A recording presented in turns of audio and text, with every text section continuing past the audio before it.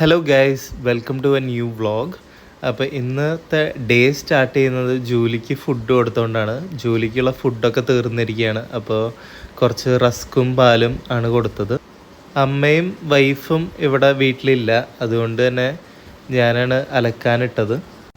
അലക്കാനൊക്കെ ഇട്ട് നോക്കുമ്പോഴാണ് കാണുന്നത് വെള്ളം ഭയങ്കര കുറവായിട്ടാണ് വരുന്നത്. അപ്പോൾ അതെന്തായിരിക്കുമെന്ന് ആലോചിച്ച് നോക്കിയപ്പോഴാണ് എനിക്ക് മനസ്സിലായത് അതിൻ്റെ നോബ് ക്ലീൻ ചെയ്താൽ മതി. അപ്പോൾ അതൊന്ന് ക്ലീൻ ചെയ്യാൻ വേണ്ടി പോവുകയാണ്. അപ്പോൾ അത് നമ്മൾ പൈപ്പ് അങ്ങോട്ട് തുറന്നിട്ട് ഇച്ചിരി ബ്രഷ് വെച്ച് ഉരച്ചു കൊടുത്താൽ മതി. അപ്പോൾ അത് ശരിയായി കിട്ടും. അത് ആഴ്ചയിൽ ഒരിക്കലെങ്കിലും ചെയ്യണം, എന്നാലാണ് വെള്ളം കറക്റ്റ് ഫ്ലോ ചെയ്യുള്ളൂ.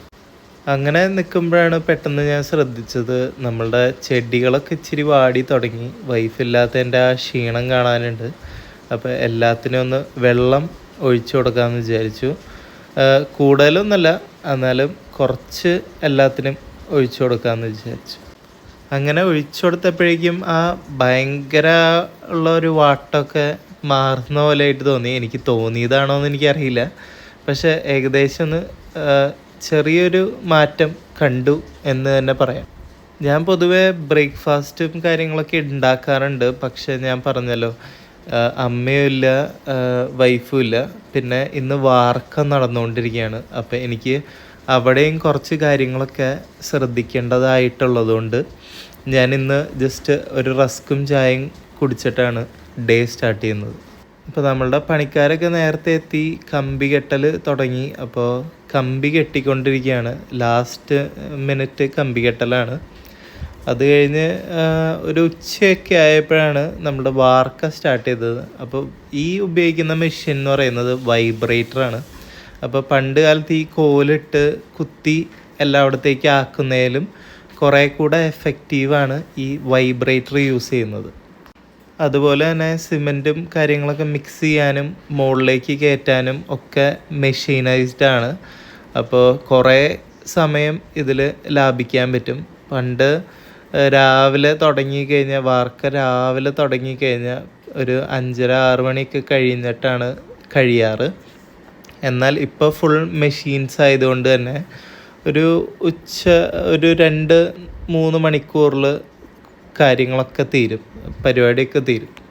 അപ്പോൾ ഈ താഴെ കാണുന്ന മെഷീനാണ് സിമെൻറ്റ് മിക്സിങ് മെഷീന്. അപ്പോൾ സിമെൻറ്റ് മാത്രമല്ല, സിമെൻറ്റ്, മെറ്റലും പിന്നെ എംസാൻഡും വെള്ളവും ഒഴിച്ചു കൊടുക്കുമ്പോൾ ഇത് മിക്സ് ചെയ്യും. എന്നിട്ട് നമുക്ക് കൺസിസ്റ്റൻ്റ് ആയിട്ടുള്ളൊരു മിക്സ് തരും.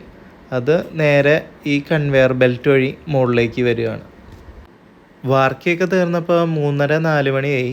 ഇത്രയും നേരം എൻ്റെ ടാസ്ക് എന്ന് വെച്ച് കഴിഞ്ഞാൽ ആ സമയത്തിന് സാധനങ്ങൾ എത്തിച്ചു കൊടുക്കുക. മെറ്റൽ, സിമെൻറ്റ്, പിന്നെ അങ്ങനെയുള്ള എല്ലാ സാധനങ്ങളും എത്തിച്ചു കൊടുക്കലും, പിന്നെ ഈ പണിക്കാർക്കാണെങ്കിൽ നമ്മൾ ഫുഡ് കൊടുക്കണം വാർക്കേരന്ന്. അപ്പോൾ ആ ഫുഡ് വാങ്ങിക്കാൻ പോലെ കൊടുക്കൽ, തിരിച്ച് പാത്രം കൊടുക്കൽ, അങ്ങനെ പലവിധ പണികളായിരുന്നു. അപ്പോൾ ഒന്നും കഴിക്കാൻ പറ്റിയില്ല. അപ്പോൾ ഒരു ചാലക്കുടി പോയിട്ട് ഒരു മേഴ്സലീസിൻ്റെ ഒരു ഐസ്ക്രീം ഫലൂഡ കഴിച്ചു. ഇത് പിറ്റേ ദിവസം രാവിലത്തെ കാഴ്ചയാണ്. അപ്പോൾ 24 മണിക്കൂറിന് ശേഷം നമ്മൾ നനച്ചു കൊടുക്കണം. 24 മണിക്കൂറായിട്ടില്ല, ശരിക്കും പറഞ്ഞു കഴിഞ്ഞാൽ 16 മണിക്കൂറായിട്ടുണ്ടാവുള്ളൂ. അപ്പോൾ നനച്ചു കൊടുക്കുന്നത് ഭയങ്കര ഇമ്പോർട്ടൻ്റ് ആണ്. എപ്പോഴും സിമെൻറ്റും കാര്യങ്ങളൊക്കെ സെറ്റാവാൻ വേണ്ടിയിട്ട് വെള്ളം അതിൻ്റെ മുകളിൽ വേണം.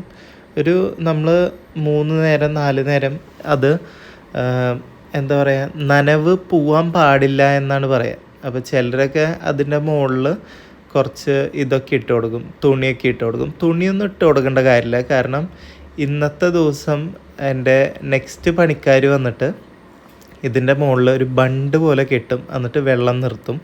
അപ്പോൾ ഏകദേശം ഒരു 15-20 ദിവസത്തോളം നമ്മൾ ഈ വെള്ളം മെയിൻറ്റെയിൻ ചെയ്യണം, മുകളിൽ കെട്ടിക്കിടക്കണം. ഇനി എനിക്കൊരു ടാസ്കും ഇല്ല, അതുകൊണ്ട് തന്നെ വൈഫിൻ്റെ അടുത്തേക്ക് പോവാണ്. അപ്പോൾ ഇതാണ് നമ്മളുടെ ബിൽഡിങ്ങിൻ്റെ മുകളിൽ വെള്ളം നനച്ചിട്ടുള്ള സീനാട്ടോ.